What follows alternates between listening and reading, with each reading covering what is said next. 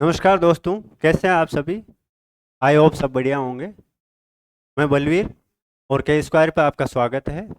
आज हम आपके लिए स्पेशल सीरीज लेकर आए हैं जिसमें हम पढ़ेंगे लिटरेरी जो टर्म्स है वो, लिटरेरी जो डिवाइसेस है वो, और कुछ इम्पोर्टेंट लिटरेरी कंसेप्ट है उनको हम एक टाइम टू टाइम उस पर हम वीडियो डाल देंगे हमारे यूट्यूब चैनल पे। और आपको ऐप के माध्यम से भी इनके पीडीएफ और टेलीग्राम चैनल के माध्यम से भी इनके पीडीएफ अवेलेबल करवाए जाएंगे। तो ऐप और जो टेलीग्राम है उसका लिंक आपको डिस्क्रिप्शन में मिल जाएगा, तो वहाँ से आप पीडीएफ भी डाउनलोड कर सकते हैं और उससे भी पढ़ सकते हैं, हमारे वीडियोस भी देख सकते हैं, तो जैसा आपको उचित लगे।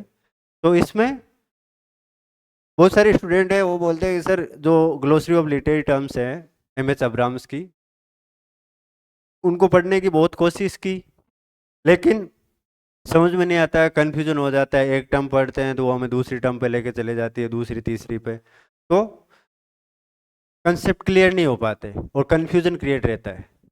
तो उसी कन्फ्यूजन को क्लियर करने के लिए ये एक हमारा प्रयास रहेगा और हम कोशिश करेंगे कि आपको स्मार्ट तरीके से और एक स्मार्ट वे में, और जो टर्म्स वगैरह है उनको ग्रुप बना के इजी वे में, इजी लैंग्वेज में, साथ साथ में ऐसा भी नहीं हो कि आपके कंसेप्ट है वो कहीं वीक रह जाए। तो आपका कंसेप्ट भी एकदम क्लियर हो, लैंग्वेज इजी और कम समय में और इजी वे में हम समझाने की कोशिश करेंगे।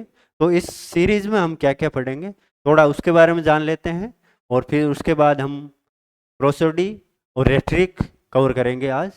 और फिर जो कल का वीडियो होगा उसमें हम मीटर कवर करेंगे, और ऐसे हम आगे बढ़ते रहेंगे। तो क्या क्या कवर करेंगे हम इसमें? हम कवर करेंगे एक तो लिटरेरी टर्म्स, दूसरा है वो है आपका है लिटरेरी डिवाइसेज। अब बहुत सारे बच्चे ऐसे भी होंगे जिनको ये नहीं पता है कि सर लिटरेरी टर्म्स और डिवाइसेज में क्या फ़र्क होता है। लिटरेरी टर्म्स है बहुत सारी टर्म्स, जैसे मान लो कोइन कर दी कि एपिथेट क्या होता है, एपिग्राम क्या होता है, एपिटाफ क्या होता है, एलिट्रेशन क्या होता है। तो ये टर्म है एक तरह से कि एपिक थिएटर क्या होता है।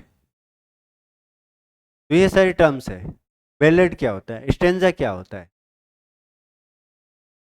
डिवाइसेस, डिवाइसेस वो होती है जो आप जब मान लो कुछ लिख रहे हो, कोई पोइम हो, नॉवल हो, या ड्रामा हो, या एपिक हो, तो उसमें कौन कौन सी डिवाइसेज यूज होती है।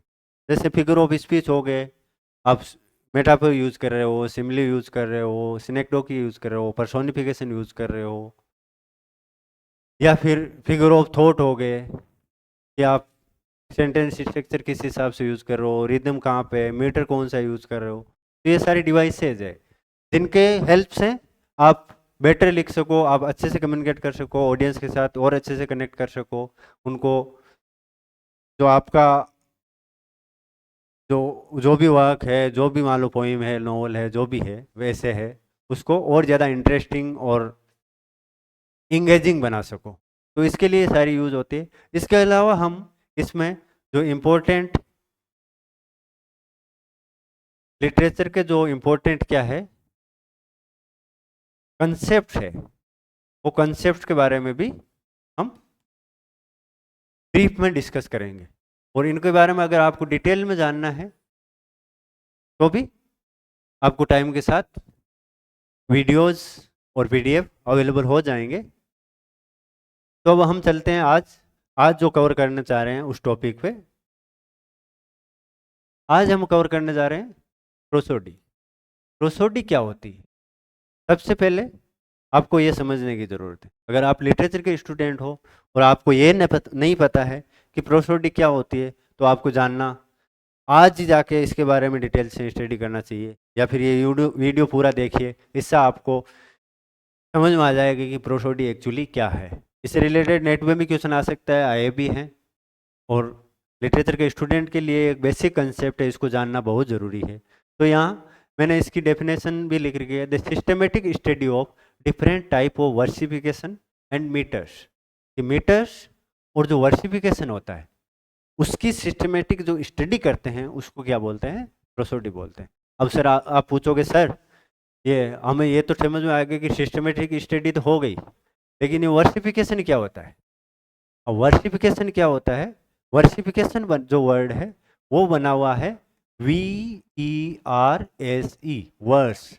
वर्स है, वर्स एक वर्स होता है और दूसरा होता है आपका प्रोज। वर्स में क्या लिखते हो आप, मोस्टली आप क्या लिखते हो, जो पोइम है वो किस में लिखी हुई होगी, वर्स में मिलेगी। और वहीं आप मान लो कोई नोवेल या फिर कोई ऐसे वो देखोगे तो वो किस में लिखा होगा, प्रोज। तो बेसिक आप पेज पे देख के भी एक आइडिया लगा सकते हो कि ये वर्स में है या प्रोज में है। तो इसमें हम किसकी स्टडी कर रहे हैं, वर्सिफिकेशन। वर्सिफिकेशन किससे रिलेटेड है, वर्स से। ठीक है, तो हम किसके बारे में जानेंगे, वर्सिफिकेशन के बारे में, कि वर्स कैसे लिखा जाता है और उसके क्या क्या तरीके हैं, उसमें क्या क्या टेक्निक्स है। तो उसकी जो सिस्टमेटिक स्टडी करते हैं, एक तो वो चीज़ है। और दूसरा, वर्स में जब आप मीटर यूज कर रहे हो तो मीटर की स्टडी। तो मीटर भी डिफरेंट टाइप के होते हैं, इसलिए यहाँ प्लूरल यूज किया गया है, मीटर्स। मीटर को भी हम नेक्स्ट क्लास में डिस्कस करेंगे कि मीटर क्या होता है, कौन कौन से मीटर होते हैं, डिफरेंट टाइप ऑफ मीटर्स क्या होते हैं, इंग्लिश लैंग्वेज में कौन कौन से मीटर है, सारा डिटेल में हम अच्छे से जानेंगे। तो आज हम ज़्यादा इसके डिटेल में नहीं जाएंगे मीटर की में।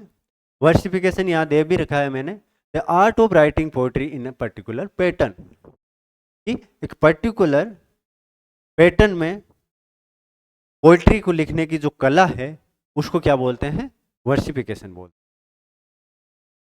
फिर है systematic study of different types of versification and meters. ये रिपीट हो गया, इसको इग्नोर कीजिए आप। तो ये है प्रोसोडी। अब प्रोसोडी का आपको बेसिक समझ में आ गया होगा, मैं आई होप कि प्रोसोडी है। प्रोसोडी में हम वर्सिफिकेशन की वर्स कैसे लिखा जाता है, उसमें कौन कौन से पैटर्न्स यूज होते हैं उसकी स्टडी करेंगे, और इसके अलावा उसमें कौन सा मीटर यूज हुआ है, कौन कौन से डिफरेंट टाइप के मीटर्स हैं उसके बारे में जानते हैं। अब जो इम्पोर्टेंट टर्म है वो है रेट्रिक। रेट्रिक क्या होती है, रेट्रिक का जो शाब्दिक अर्थ होता है, जो अगर लिटरल अपन मीनिंग देखें तो रेट्रिक का मतलब होता है the art of persuasion. Art of persuasion, persuasion मतलब किसी को मनाना, तो art of persuasion, the art of effective and persuasive speaking और राइटिंग। जो परसुएशन की जो आर्ट है वो आप राइटिंग में और स्पीकिंग में दोनों में यूज ले सकते हो। कोई भाषण बोल रहा है और भाषण उसका कितना परसुएसिंग है, कितने लोगों को वो मंत्र मुग्ध कर देता है, मंत्र मुग्ध जिसको बोलते हैं, ठीक है, तो उसमें उसने रेट्रिक यूज की है। वैसे ही राइटिंग में भी हो सकता है कि कोई पोइम हो, कोई भाषण हो, राइटिंग में भी होता है, कोई ऐसे हो या फिर कोई बुक हो, नॉवल हो, कुछ भी हो, तो उसमें जो टेक्निक, जो आर्ट, जो कला जो यूज की जाती है ऑडियंस को, जो रीडर्स को परसुएट करने के लिए, उसको क्या बोलते हैं, रेट्रिक बोलते हैं। और उसकी स्टडी को भी क्या बोलते हैं, रेट्रिक बोलते हैं। तो इसमें हम क्या करते हैं, specially exploitation of figure of speech and अंदर other compositional techniques. Figure of speech जो होते हैं, फिगर ऑफ स्पीच के बारे में भी हम डिटेल से बाद में जानेंगे कि कौन कौन से फिगर ऑफ स्पीच होते हैं, और अदर कंपोजिशनल टेक्निक्स, और जो कंपोजिशन होती है उसमें और कौन कौन सी टेक्निक्स यूज की जाती है, कैसे यूज की जाती है, कौन सी टेक्निक कहाँ यूज की जाती है, उन सारे के बारे में हम इस सीरीज में जैसे जैसे आगे बढ़ेंगे हम जानकारी लेंगे। फिर है the art of discovering all the available means of persuasion in any given case. कि आपके पास कोई भी गिवन केस हो, आप चाहे अपने दोस्तों से बात कर रहे हो, आप फैमिली में हो, आप क्लासरूम में हो, आप लेक्चर दे रहे हो, आप कोई कंपनी में कोई प्रेजेंटेशन दे रहे हो, आप अपनी कॉलेज यूनिवर्सिटी में प्रेजेंटेशन दे रहे हो, आप भाषण दे रहे हो, आप पॉलिटिकल स्पीकर हो, कोई भी हो, कैसा भी केस हो, कहीं पे भी हो, उसमें आप कोशिश ये रहती है कि जो हमारे जो बात है, हमारे जो आइडिया है, वो सामने वाला उससे एग्री करे, वो माने, एक्ट करे उस पर, वो सुने ध्यान से। हम सबकी ये जिज्ञासा रहती है। और अगर आपको वो चाहिए तो आपको रेट्रिक आनी चाहिए, आर्ट ऑफ परसुएशन आनी चाहिए कि कौन सी लैंग्वेज कैसे यूज करनी है, कहाँ पे कौन से वर्ड्स यूज करना है, किस तरीके से बोलना है, कहाँ टोन ऊंची करनी है, कहाँ टोन नीची रखनी है, वो सारी चीज़ें आपको पता होनी चाहिए। तो ये जो डेफिनेशन है वो अरिस्टोटल ने दी है इसके वर्क रेटरिक में। अब इसका जो मेन एम क्या होता है रेटरिक का, उसके बारे में हम जानेंगे। इसका मेन एम होता है to persuade an audience to think, feel और act. To think, to feel और टू एक्ट, कि पहले वो सोचे, फील करे और फिर एक्ट भी करे, कि आप जो बोल रहे हो उसके बारे में सोचे, वो उसको फील भी करेगा, हाँ ये जो बोल रहा है, ये बोल रही है सच है, और उसके बाद में उसके हिसाब से एक्ट भी करे।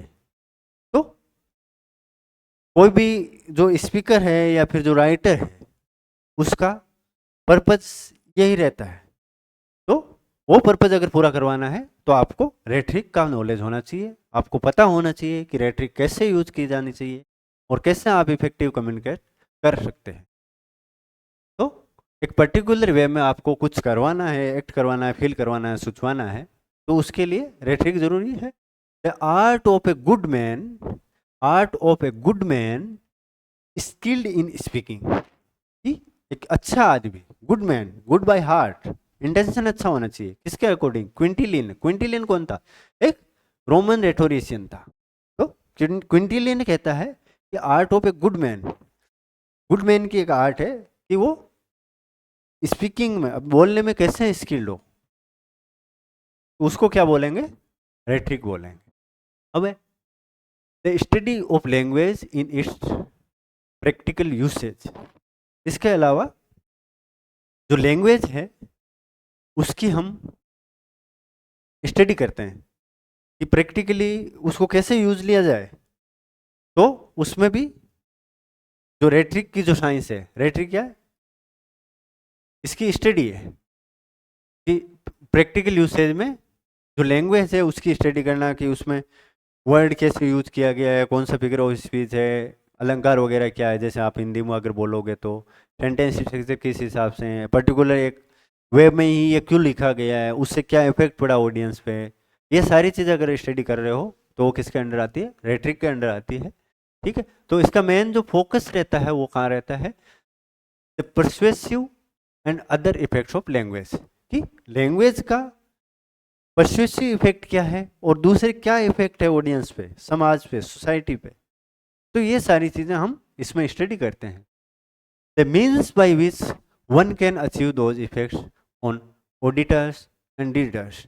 और जो ऑडिटर्स और जो रीडर्स है उन पे, उनमें अचीव करना, मतलब उनसे, जैसे मैंने अभी बताया था, टू थिंक, टू फील और एक्ट, या तो ये तीनों हो या फिर तीनों में से एक हो, जो भी जितना पॉसिबल हो सकता है। तो वो अगर आपको एक इफेक्ट अचीव करना है लोगों से, मतलब आप चाहते हो कि आप जैसे सोच रहे हो, जो आपका आइडियाज है, लोग वैसे सोचे, वैसे फील करें और उसी के अकॉर्डिंग एक्ट करें, तो वो जो आपका गोल है उसको कैसे अचीव किया जा सकता है, उसके लिए कौन कौन से मीन्स है वो यूज कर सकते हैं। ये सारी जो स्टडी करते हैं इसके बारे में, वो किसके में करते हैं? रेटरिक में करते हैं। तो रेटरिक के बारे में तो आज इतना ही पढ़ेंगे। अब आगे वाला जो वीडियो होगा उसमें हम मीटर पे डिस्कस करेंगे, और ये जो पीडीएफ है वो आपको हमारे टेलीग्राम चैनल पे और हमारे ऐप पे मिल जाएगा, और उनका जो लिंक है वो आपको डिस्क्रिप्शन बॉक्स में मिल जाएगा। तो आज के लिए इतना ही दोस्तों, धन्यवाद, टेक केयर।